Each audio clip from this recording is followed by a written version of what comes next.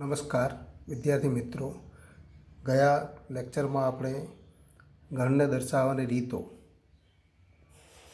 એટલે કે યાદીની રીત અને ગુણધર્મની રીત જોઈ ગયા. એના એક્ઝામ્પલ આપણે જોઈ ગયા. યાદીની રીતે લખેલા ગણને ગુણધર્મની રીતે કેવી રીતે લખી શકાય અને ગુણધર્મની રીતે લખેલા ગણને યાદીની રીતે કેવી રીતે લખી શકાય. હવે સ્વાધ્યાય 1.1ના એક્ઝામ્પલ આપણે જોઈએ. એક્ઝામ્પલ નંબર 1, કયો સમૂહ ગણ દર્શાવે? તમારો જવાબ ચકાસો. નંબર 1, જેથી શરૂ થતા અંગ્રેજી કેલેન્ડર, તો કેલેન્ડરના વર્ષના તમામ મહિનાનો સમૂહ. તો આપણે સીધો જવાબ લખી શકીએ. મૌખિક જ જવાબ જોઈશું કે જેથી શરૂ થતા અંગ્રેજી કેલેન્ડરના વર્ષના તમામ મહિનાઓ કયા કયા મળે? તો જાન્યુઆરી, જૂન અને જુલાઈ. અને માટે આ ગણના બધા જ ઘટકો સુનિશ્ચિતપણે વ્યાખ્યાયિત છે, માટે આ સમૂહ ગણ દર્શાવે. તો આપણે કહી શકીએ કે પ્રથમ તો ગણ દર્શાવે. બીજો સમૂહ, દુનિયાના ક્રિકેટના ઉત્તમ 11 બેટ્સમેનોની ટીમ. પણ દુનિયાના ક્રિકેટના ઉત્તમ 11 બેટ્સમેન કોને કહેવા? એના માટે તો એ વ્યાખ્યાયિત કરવા માટે કોઈ માપદંડ નથી. એનો અર્થ કે વ્યક્તિએ બેટ્સમેન માટે અભિપ્રાય બદલાય. માટે તો ઉત્તમ 11 બેટ્સમેનોની ટીમ દરેક વ્યક્તિએ અલગ અલગ થાય અને માટે એના ઘટકો સુનિશ્ચિતપણે વ્યાખ્યાયિત નથી, માટે એ સમૂહ ગણ નથી. નંબર 3, બધા જ યુગ્મ પૂર્ણાંકોનો ગણ. યુગ્મ પૂર્ણાંકો સુનિશ્ચિતપણે વ્યાખ્યાયિત છે, માટે બધા જ યુગ્મ પૂર્ણાંકોનો ગણ એ સમૂહ. તો એ સમૂહ એ ગણ તો ગણ થાય. આમ તો આપણે અહીંયા બધા જ યુગ્મ પૂર્ણાંકોનો સમૂહ લખીશું, ગણ નહીં પણ સમૂહ. હવે એક્ઝામ્પલ નંબર 3, એ એવા ઘટકોનો ગણ એક્સનો ગણ છે કે જ્યાં એક્સ એ પૂર્ણાંક અને -3 x <7. હવે એક્સ પૂર્ણાંક છે, એનો અર્થ કે એક્સ બિલોંગ્સ ટુ ઝેડ. ઝેડમાં તમામ પૂર્ણાંકો. અને -3 x <7 એટલે કે -3 કરતાં મોટા અને 7 કરતાં નાના હોય એવા તમામ પૂર્ણાંકો. માટે એમાં કયા ઘટકો મળે? તો આપણે જાણીએ છીએ કે -3 કરતાં મોટા ઘટકો તો -2, -1, 0. એ જ રીતે તો 7 કરતાં નાના તો 1, 2, 3, 4, 5 અને 6. તો આમ આગળ ગણ થાય. તો યાદીની રીતે આપણે આ ગણને આ રીતે લખી શકીએ.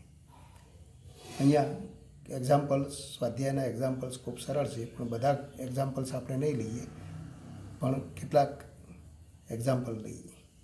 નંબર 3, નંબર 4 લઈએ. ડી ઇક્વલ ટુ એક્સ કે જ્યાં એક્સ એ 16, તો 16નો ધન અવયવ હોય તેવી અવિભાજ્ય સંખ્યા છે. ધન અવયવ હોય તેવી અવિભાજ્ય સંખ્યા.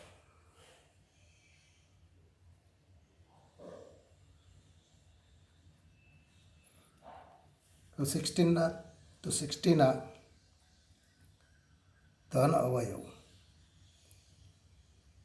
પહેલાં આપણે મેળવવા પડે અને એમાંથી અવિભાજ્ય અવયવો આપણે મેળવીશું.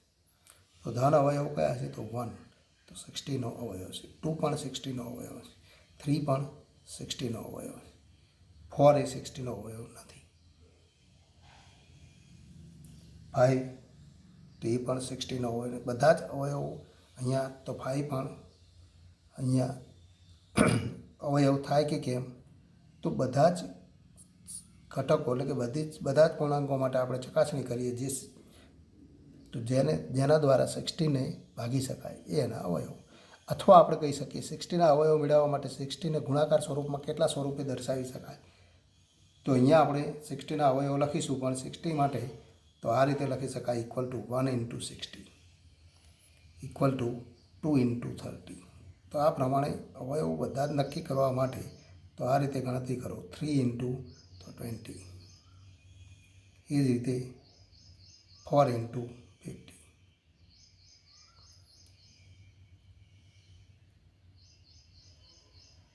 5 ઇન્ટુ 12 ઇક્વલ ટુ ફરી 6 ઇન્ટુ 10. હવે આપણે જોઈએ 7, તો 7 વડે વિભાજ્ય નથી. 8 વડે, તો 8 વડે પણ વિભાજ્ય નથી, માટે ગુણાકાર સ્વરૂપમાં એને જુદા જુદા સ્વરૂપે દર્શાવીએ. તો 8, 9 તો એ વડે વિભાજ્ય નથી. 10 તો 10 ઇન્ટુ 60, ફરી તો 10, 12, 30 વડે વિભાજ્ય નથી. 40 વડે વિભાજ્ય નથી. 15 તો વડે વિભાજ્ય છે. એ રીતે ક્રમિક રીતે આપણે આટલા સ્વરૂપમાં એને ગુણાકાર સ્વરૂપે દર્શાવી શકીએ. માટે એના બધા જ અવયવ લખવા હોય તો 1, 2, 3, 4, 5, 6, 1, 2, 3, 4, 5, 6. ત્યારબાદ ફરી આપણે કહી શકીએ 10, 12, 15, 20, 30 અને 60. તો 10, 12, 15, 20, 30 અને 60. તો આ 60ના ધન અવયવો. એ અવયવો પૈકી અવિભાજ્ય સંખ્યાઓ. તો અવિભાજ્ય સંખ્યાઓ કઈ તો એ મેળવો. 1 એ અવિભાજ્ય નથી, કારણ કે 1 એ તટસ્થ ઘટક. 2 અવિભાજ્ય, 3 અવિભાજ્ય, 5 અવિભાજ્ય, 4 અવિભાજ્ય નથી, માટે એને આપણે એના ઘટક તરીકે લઈ શકીએ નહીં. ત્યારબાદ 6, 10, 12, 15, 20, 30 અને 60 એ અવિભાજ્ય નથી. અને માટે આપણે કહી શકીએ ડીમાં કયા ઘટકો મળે. તો માટે ડીમાં આટલા ઘટકો મળશે 2, 3 અને 5. તો આ ગણને યાદીની રીતે આ પ્રમાણે દર્શાવી શકાય. હવેથી આગળ વધીએ. યાદીની રીતે લખેલા ગણને ગુણધર્મની રીતે લખો. એક્ઝામ્પલ 4 જોઈએ. એમાં એકાદ ઉદાહરણ જોઈએ આપણે. Number 4, 2, 4, 6 up to. અહીંયા બધા જ ઘટકો, તો આપેલ ગણના બધા ઘટકો કોઈ સામાન્ય ગુણધર્મ ધરાવે છે કેમ? તો અહીંયા જોઈ શકીએ 2, 4, 6 અપ ટુ. તો આ યુગ્મ સંખ્યાઓનો ગણ, એટલે કે 2 વડે વિભાજ્ય હોય એવી સંખ્યાઓ. પણ 2 વડે વિભાજ્ય હોય એવી સંખ્યાઓ નહીં, તો આપણે 2n સ્વરૂપે દર્શાવી શકીએ. અને માટે તો આ ગણના ઘટકોને, તો આ ગણને આપણે ગુણધર્મની રીતે લખવું હોય તો આ ગણને ગુણધર્મની રીતે આ રીતે લખી શકાય. માટે તો ગુણધર્મની રીતે દર્શાવતા કયા સ્વરૂપે લખી શકાય? તો આપણે લખી શકીએ 2n અથવા x કે જ્યાં, તો 2n કે જ્યાં nની શક્ય કિંમતો કઈ થાય? તો nની કિંમત 1 લઈએ તો પ્રથમ ઘટક મળે, 2 લઈએ તો 4 મળે, 6, 3 લઈએ ત્યારે મળે. આ પ્રમાણે nની કિંમત તો બધા જ પ્રાકૃતિક સંખ્યાઓ આપણે લેવી પડે, એટલે કે n બિલોંગ્સ ટુ n. અને એ જ રીતે આને તો બીજા સ્વરૂપમાં દર્શાવવું હોય તો આ પ્રમાણે પણ લખી શકાય x કે જ્યાં x equal to 2n, n belongs to n. તો આ ગુણધર્મની રીતે લખેલું ગણ. હવે આપણે એથી આગળ જઈએ. એક્ઝામ્પલ, તો એથી આગળનો એક્ઝામ્પલ આપણે જોઈએ. એક્ઝામ્પલ 5.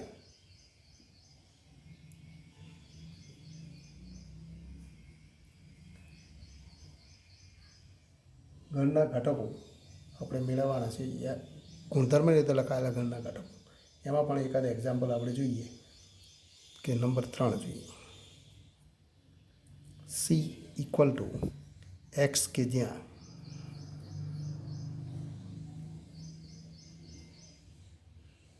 x એ પૂર્ણાંક છે અને x² less than equal to 4. x એ પૂર્ણાંક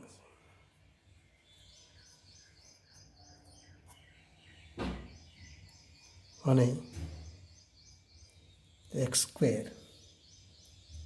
લેસ ધેન ઇક્વલ ટુ 4.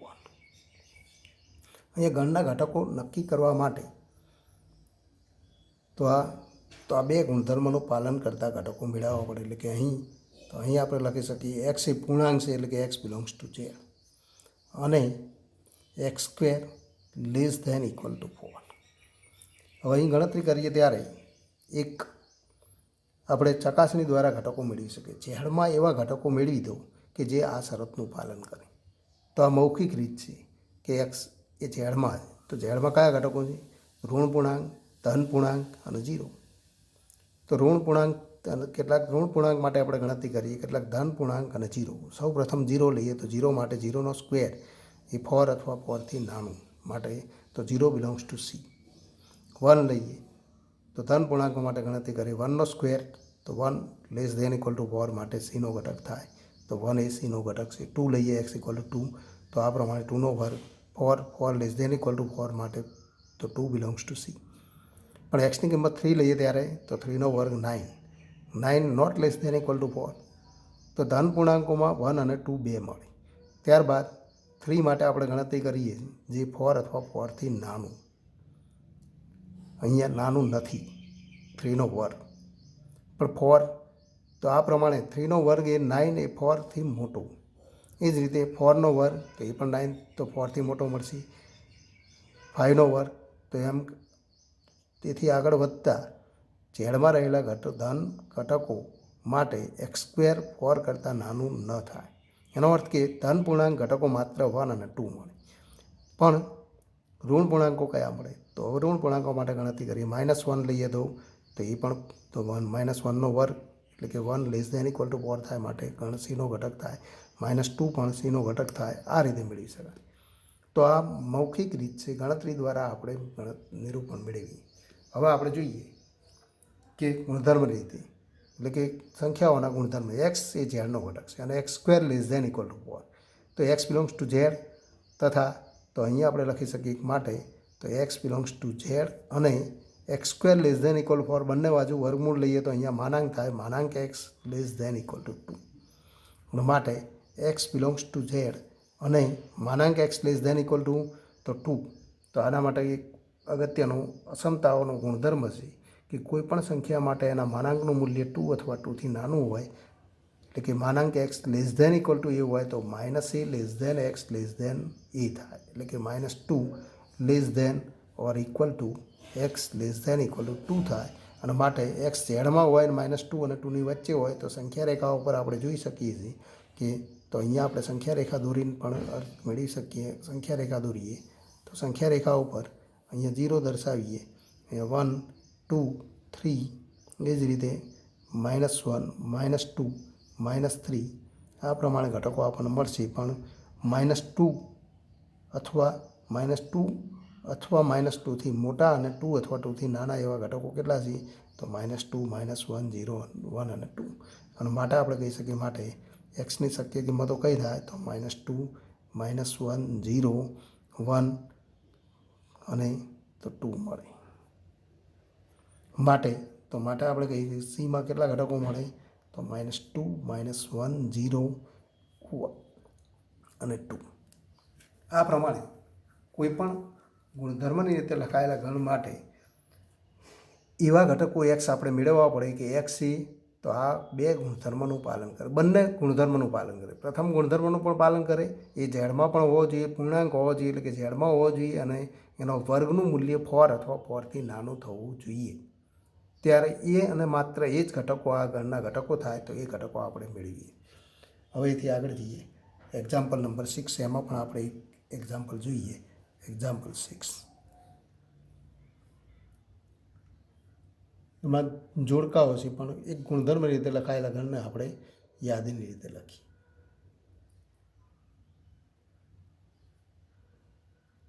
એમાં આપણે સી જોઈએ, જોડકા આપણે નહીં જોડીએ પણ માત્ર એક ગુણધર્મ રીતે લખાયેલો ગણ જોઈએ એક્સ કે જ્યાં એક્સ એ પ્રાકૃતિક સંખ્યા છે અને 6નો અવયવ. એક્સ એ પ્રાકૃતિક સંખ્યા અને 6નો અવયવ.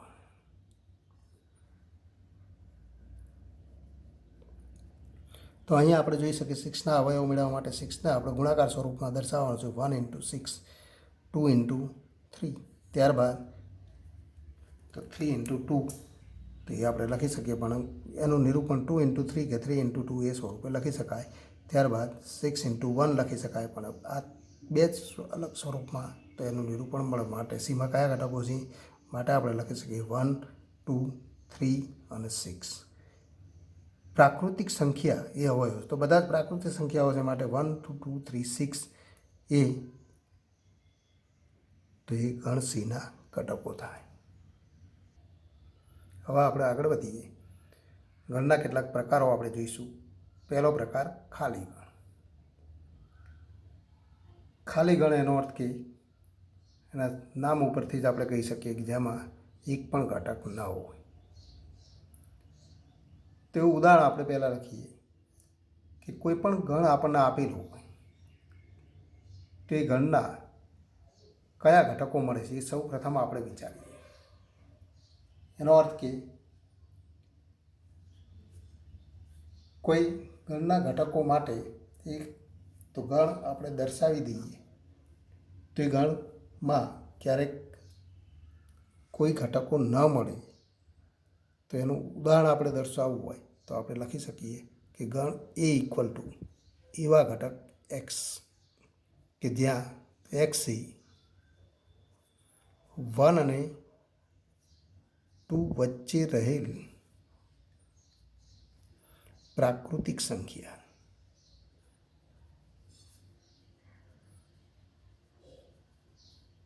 જો આગળના ઘટકો આપણે મેળવવા હોય તો 1 અને 2 વચ્ચે રહેલી એવી પ્રાકૃતિક સંખ્યા મેળવવી પડે.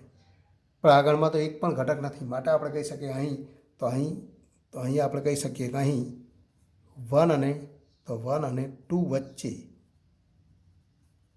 હોય તેવી કોઈ પ્રાકૃતિક સંખ્યા મળી શકે નહીં.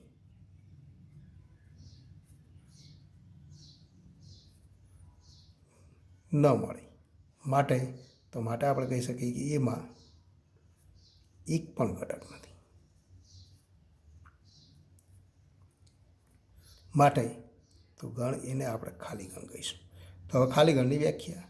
તો હવે વ્યાખ્યા લખીએ કે જે ગણમાં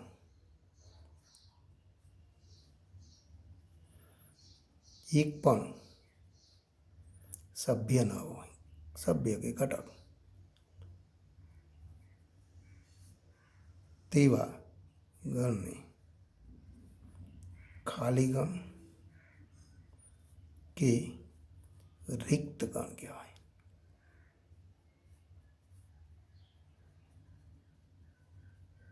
જેને સંકેતમાં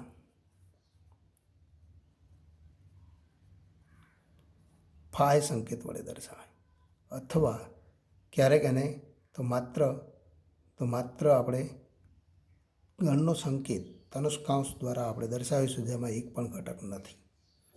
તો ખાલી ગણને ફાય અથવા તો માત્ર તનુષ્કાંશ દ્વારા આપણે દર્શાવીએ કે જેમાં એક પણ ઘટક ન હોય. હવે ખાલી ગણના અસંખ્ય ઉદાહરણો, ઘણા બધા ઉદાહરણો લખી શકીએ કે તો બી ઇક્વલ ટુ ગણ બી લઈએ એવો તો બી ગણ લઈએ કે જ્યાં x square -2 equal to 0. X તો એક્સ એ અહીંયા એક્સ એ સમય સંખ્યા.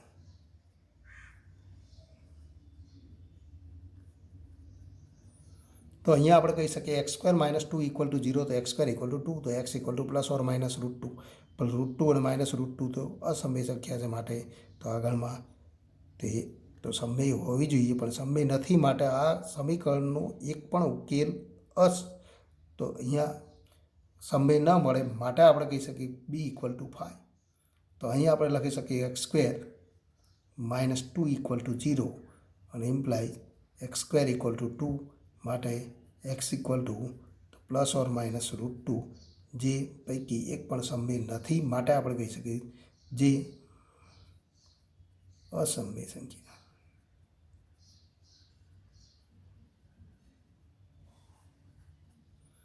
અસમય સંખ્યાઓ છે. માટે આપણે કહી શકીએ માટે તો બી ઇક્વલ ટુ ખાલી ગણ 5. હવે આપણે જોઈએ શાંત અથવા અનંત ગણ. શાંત કે અનંત ગણ.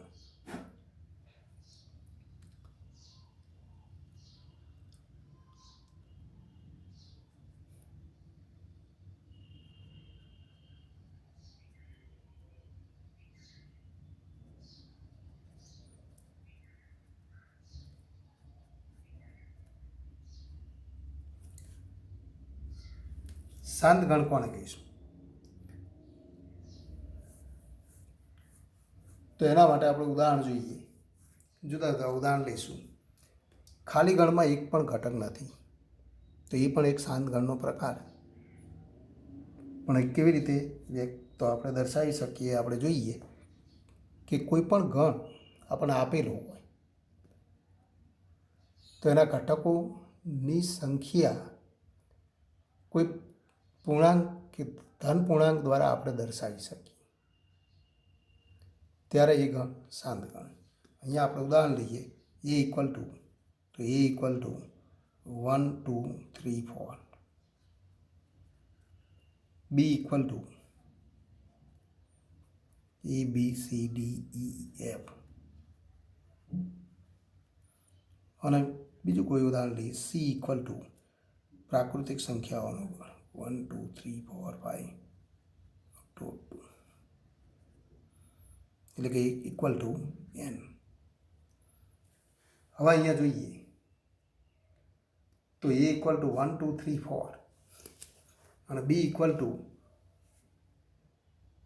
એ b c d e f. તો ગણ એના ઘટકોની સંખ્યા આપણે દર્શાવી શકીએ. અહીં ગણ એમાં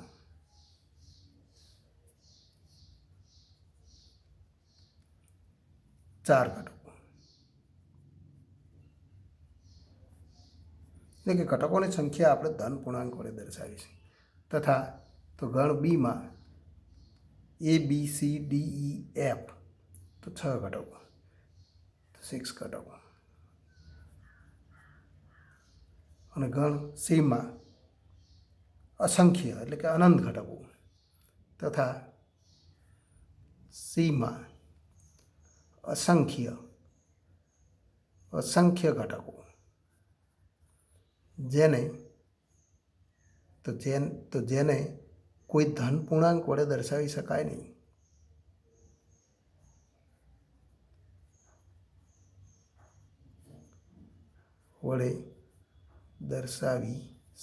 નહીં.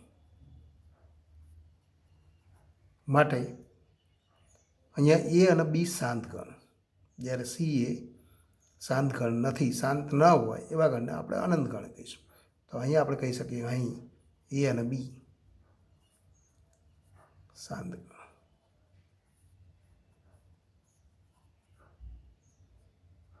જ્યારે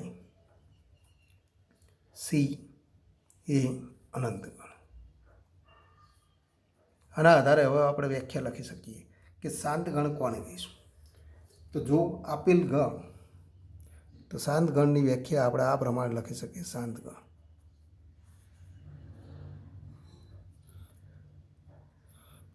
તો આપેલ ગણ ખાલી ગણ હોય અથવા જે ગણ ખાલી હોય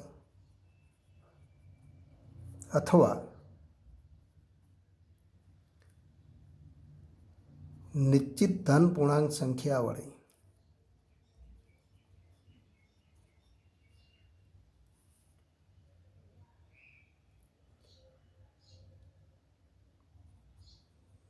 નિશ્ચિત ધન પૂર્ણાંક જેટલી સભ્ય સંખ્યા ધરાવતો.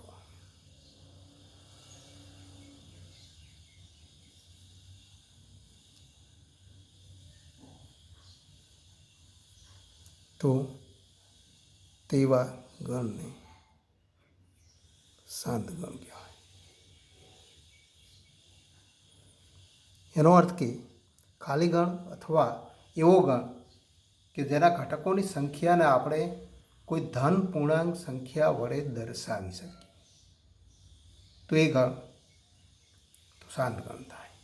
જે ગણના ઘટકોની સંખ્યાને કોઈ નિશ્ચિત ધન પૂર્ણાંક વડે ન દર્શાવી શકાય એને આપણે અનંત ગણ કહીશું. એટલે કે શાંત ન હોય તેવા ગણને અનંત ગણ કહેવાય.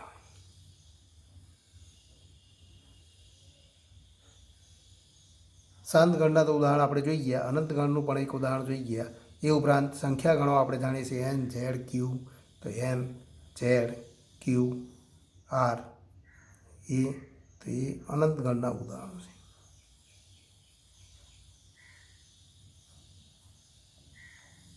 આ પ્રમાણે અનંત ગણ આપણને ઘણા બધા મળે.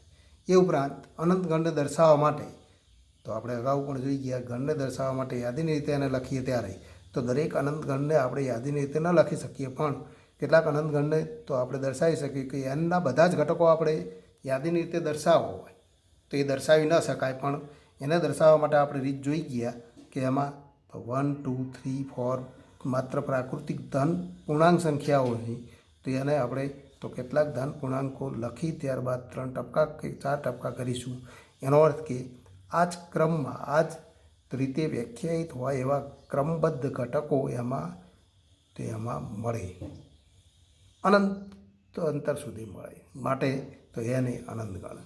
આ જ રીતે તો ઝેડ જેવા ગણને દર્શાવવા માટે ઝેડમાં બંને બાજુ અનંત ઘટકો છે, ઋણ પણ અનંત ઘટકો છે, ધન સંખ્યાઓ પણ તો ધન પૂર્ણાંક સંખ્યાઓ પણ અનંત છે, માટે તો એને દર્શાવવા માટે આ પ્રમાણે આપણે બંને બાજુ ટપકા કરીશું.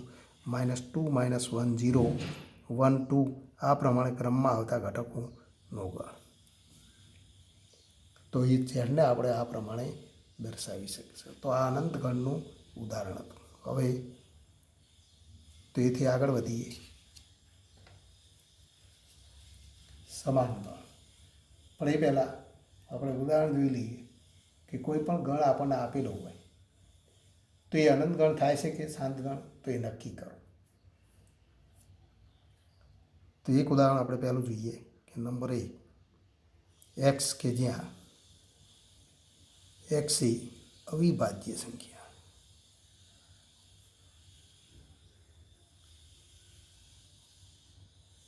નંબર 2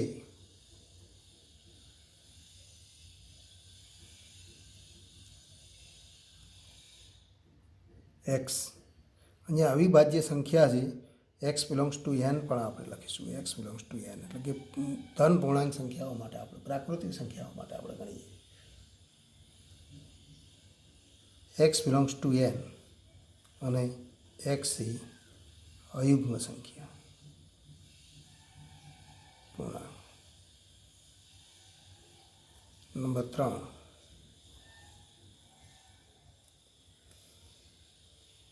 એક્સ કે જ્યાં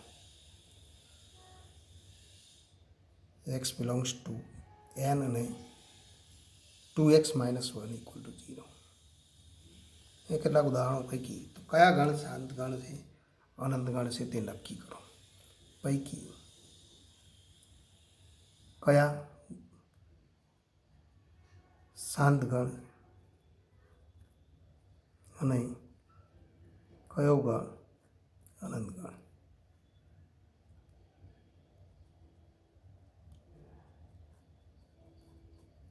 તે નક્કી કરો.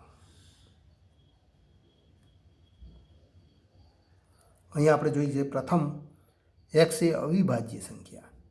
અવિભાજ્ય સંખ્યાઓ અનંત છે, માટે આપણે કહી શકીએ નંબર 1 દ્વારા દર્શાવેલો ગણ એ અનંત ગણ. તો પ્રથમ ગણ અનંત ગણ, કારણ કે અવિભાજ્ય સંખ્યાઓનો કોઈ અંત નથી. Number 2 x belongs to N અને એક્સ એ અયુગ્મ પૂર્ણાંક. બીજો ગણ તો તથા બીજો ગણ એ પણ અનંત ગણ, કારણ કે બીજા ગણમાં કયા ઘટકો મળે તો આપણે લખી શકીએ 1 3 5 અપ ટુ જે અનંત ગણ.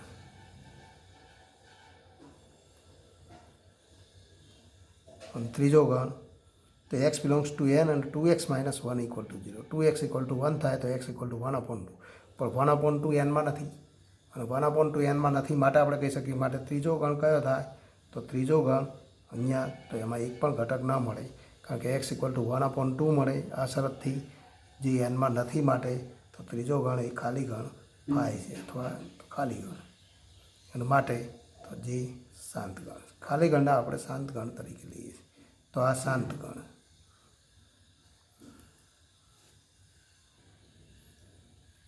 હવે આપણે આગળ વધીએ સમાન ગણ. સમાન ગણ કોણ કહીશું તો ગણ એને એ અને બી પૈકી, તો ગણ એ અને બી પૈકી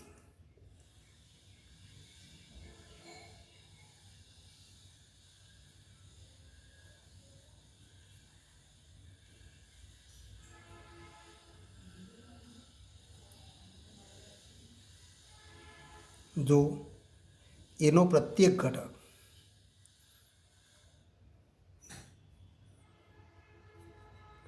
બીમાં પણ હોય અને ગણ બીનો પ્રત્યેક ઘટક એમાં પણ હોય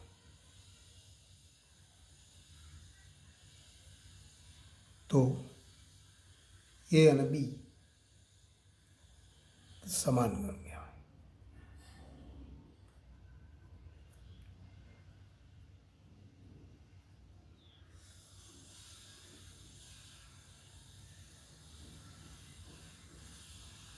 એનો અર્થ કે એ અને બીમાં એના એ જ ઘટકો હોય, એટલે કે યથાર્થ રીતે એ અને બીમાં એના એ જ ઘટકો હોય તો એ અને બી સમાન ગણ. સમાન ગણની વ્યાખ્યા આપણે અહીંયા એ પ્રમાણે તો આપણે આપીશું કે જો ગણ એ અને બીને યથાર્થ રીતે એકના એક જ ઘટકો હોય તો એ અને બી સમાન ગણ કહેવાય, જેને આપણે સંકેતમાં એ ઇક્વલ ટુ બી વડે દર્શાવીએ. જો બે ગણ એ અને બીમાં યથાર્થ રીતે એના એ જ ઘટકો હોય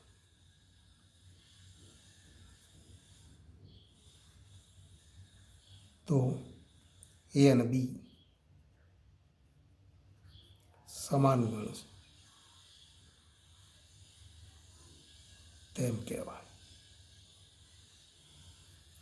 જેને સંકેતમાં એ ઇક્વલ ટુ બી વડે દર્શાવાય. જો એને બી સમાન ન હોય, સમાન ન હોય તો એ ઇઝ નોટ ઇક્વલ ટુ બી વડે દર્શાવાય. ઉદાહરણ જોઈએ કે કોઈ પણ ગણ આપણને આપેલા હોય તો એ ગણના ઘટકો સમાન મળે છે કે કેમ, અને એ ગણના ઘટકો સમાન હોય કે કેમ. તો ઉદાહરણ નંબર 8 જોઈએ. ઉદાહરણ 8 અહીંયા જોડી આપણને આપેલી છે.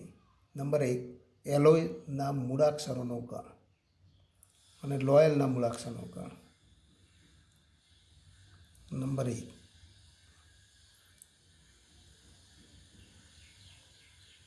એલોય શબ્દ, તો આ શબ્દના મૂળાક્ષરોનો ગણ.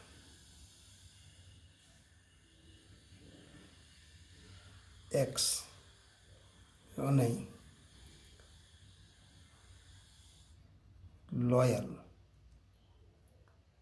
શબ્દના મૂળાક્ષરોનો ગણ વાય. તો એક્સ અને વાય સમાન જોડી બનાવે કે કેમ, તો એક્સ ઇક્વલ ટુ વાય થાય કે કેમ, અથવા એક્સ અને વાય સમાન ગણ થાય. તો અહીંયા આપણે જોઈએ કે પ્રથમ એક્સમાં કયા ઘટકો મળે, તો એલોય શબ્દના મૂળાક્ષરો. તો એક મૂળાક્ષર આપણે ફરીથી પુનરાવર્તન કરવાનું નથી, તો પહેલો મૂળાક્ષર એ, ત્યારબાદ બીજો મૂળાક્ષર એ, ત્રીજો મૂળાક્ષર તો ફરી એલ છે, ફરીથી લખવાની જરૂર નથી, તો ઓ, અને ચોથો મૂળાક્ષર વાય. આ પ્રમાણે એક્સમાં 4 ઘટકો અને વાયમાં કયા ઘટકો, તો અહીં આપણે લખી શકીએ અહીં એક્સમાં 4 ઘટકો, વાયમાં લોયલ શબ્દના, તો એમાં એલ, ઓ, વાય, ઈ અને એલ.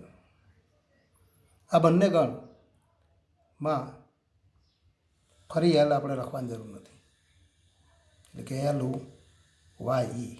આ બંને ગણમાં 4 ઘટકો, પણ એનો ક્રમ બદલાય છે. તો આપણે જોઈ શકીએ છીએ એક્સ અને વાયમાં એના એ જ ઘટકો છે. એ તો એ, એલ, વાય અને ઓ, ક્રમ બદલાયેલો છે. માટે તો એક્સ ઇક્વલ ટુ વાય.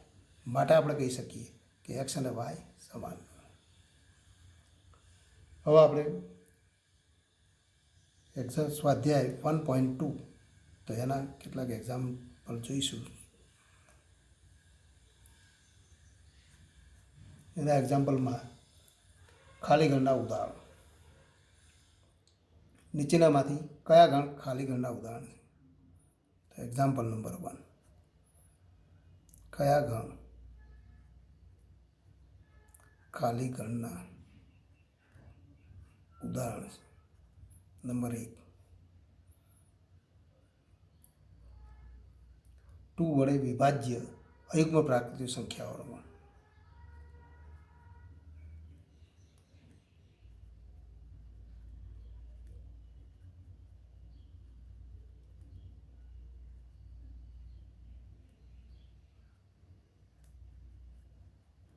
પણ 2 વડે વિભાજ્ય હોય એવી અયુગ્મ પ્રાકૃતિક સંખ્યા, પણ અયુગ્મ પ્રાકૃતિક સંખ્યા 2 વડે વિભાજ્ય હોઈ શકે નહીં. અને માટે આપણે કહી શકીએ 2 વડે વિભાજ્ય હોય એવી પ્રાકૃતિક સંખ્યાઓ કઈ છે, જેમાં અયુગ્મ સંખ્યાઓ કઈ, તો આપણે લખી શકીએ 2 વડે વિભાજ્ય હોય, 2 વડે વિભાજ્ય સંખ્યાઓ અથવા પ્રાકૃતિક સંખ્યાઓ.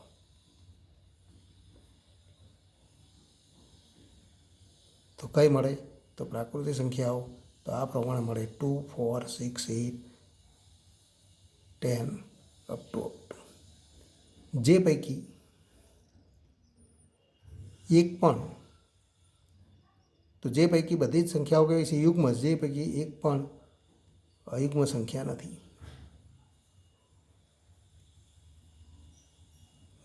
માટે આપણે કહી શકીએ આપેલ ગણમાં એક પણ ઘટક નથી.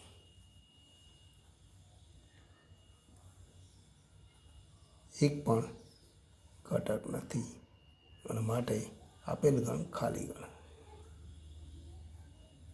ખાલી ગણ 5. હવે બીજું ઉદાહરણ જોઈએ.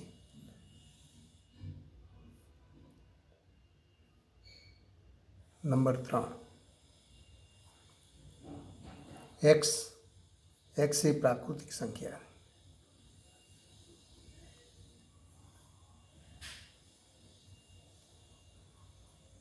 અને x less than 5, x greater than 7.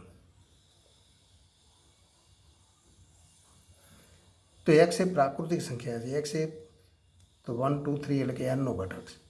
1, 2, 3 up to એમાંથી કોઈ ઘટક. તો 5 કરતાં નાની અને 7 કરતાં મોટી. તો 5 કરતાં નાની અને 7થી મોટી કોઈ, તો 5થી નાની હોય અને 7થી મોટી હોય એવી કોઈ સંખ્યા, તો કોઈ સંખ્યા અસ્તિત્વ ધરાવતી નથી. કારણ કે જો સંખ્યા 5 કરતાં નાની હોય તો 7 કરતાં નાની જ થાય, મોટી હોઈ શકે નહીં. માટે આપણે કહી શકીએ આપેલ ગણ, તો આપેલ ગણ ખાલી ગણનું ઉદાહરણ. ખાલી ગણ, કારણ કે એમાં એક પણ ઘટક તો મળી શકે નહીં. હવે એથી આગળ વધીએ. Example number 2. એમાં પણ શાંત ગણ અને કયા અનંત ગણ, એ પણ તો મૌખિક આપણે ગણતરી કરી શકીએ. નંબર 1, તો એક્ઝામ્પલ તો 2, એમાં નંબર 1 જોઈએ. વર્ષના મહિનાઓનો ગણ.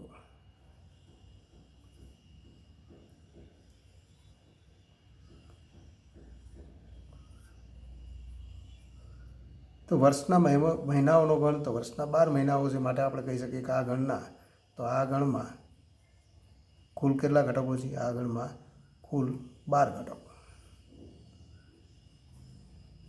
હોવાથી તો આ ગણના ઘટકોની સંખ્યાને આપણે તો 12 વડે દર્શાવી શકીએ. તો હોવાથી આપણે કહી શકીએ કે તો ગણ, તો આપેલ ગણ એ શાંત ગણ. ગણના ઘટકોની સંખ્યા નહીં, તો ગણના ઘટકોની સંખ્યા નહીં, ગણ એના અથવા એ ગણના ઘટકોની સંખ્યાને દર્શાવવા નંબર ઓફ એ સંકેત દર્શાવે, સંકેતનો ઉપયોગ થાય. જો એમાં 7 ઘટકો હોય તો એને = 7 એમ આપણે લખી શકીએ. હવે આપણે જોઈએ નંબર 4 લઈએ. 100 કરતાં મોટા ધન પૂર્ણાંકોનો ગણ.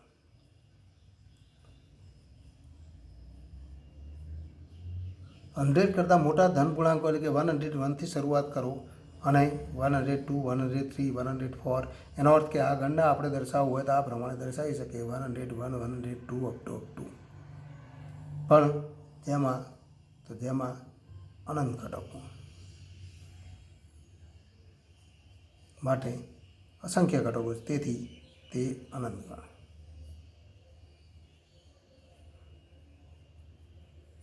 એ શાંત ગણ નથી. નંબર 3, એક્ઝામ્પલ 3, એમાં આપણે જોઈએ કયા ગણ શાંત અને કયા ગણ અનંત છે. નંબર 1, એક્સ અક્ષને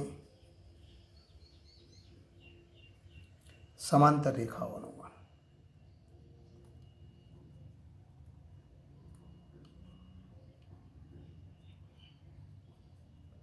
પણ એક્સ અક્ષને સમાંતર હોય એવી કેટલી રેખાઓ મળે? તો સમતલમાં એક્સ અક્ષને સમાંતર હોય એવી અસંખ્ય રેખાઓ મળે. તો એક્સ અક્ષને સમાંતર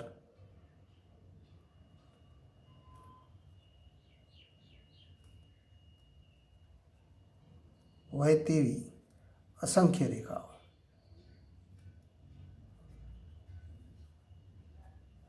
જેને આપણે કોઈ નિશ્ચિત ધન પૂર્ણાંક વડે દર્શાવી શકીએ નહીં. તેથી આપણે કહી શકીએ તેથી આપેલ ગણ